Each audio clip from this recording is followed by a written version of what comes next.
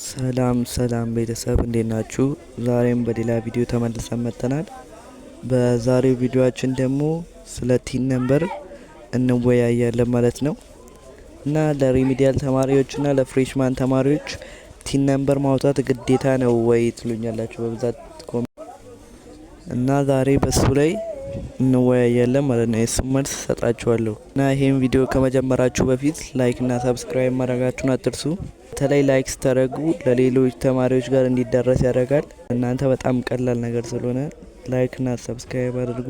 ሳላንዛዛባችሁ ወደ ቪዲዮ ልግባ።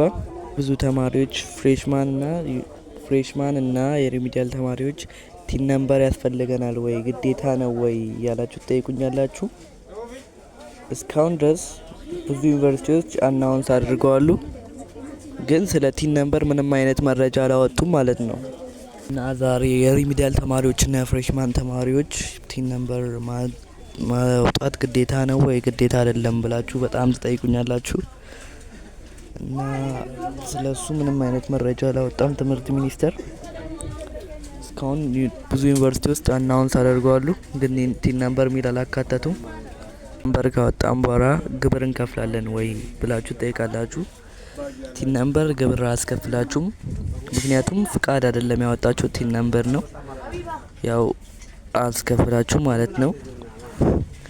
እና ደግሞ ሀሳብም ሆነ አምናው ግማሽ ሴሚስተር አካባቢ ላይ ተጠይቀዋሉ ማለት ነው። ቲን ነምበር ግዴታ ሆኗል።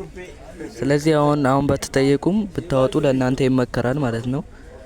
ምክንያቱም እዛ ሄዳችሁ ከምትጉላሉ እዚህ በአካባቢያችሁ ከሚገኙ ቶሎ አውጥታችሁ ብትሄዱ ይመከራል ማለት ነው።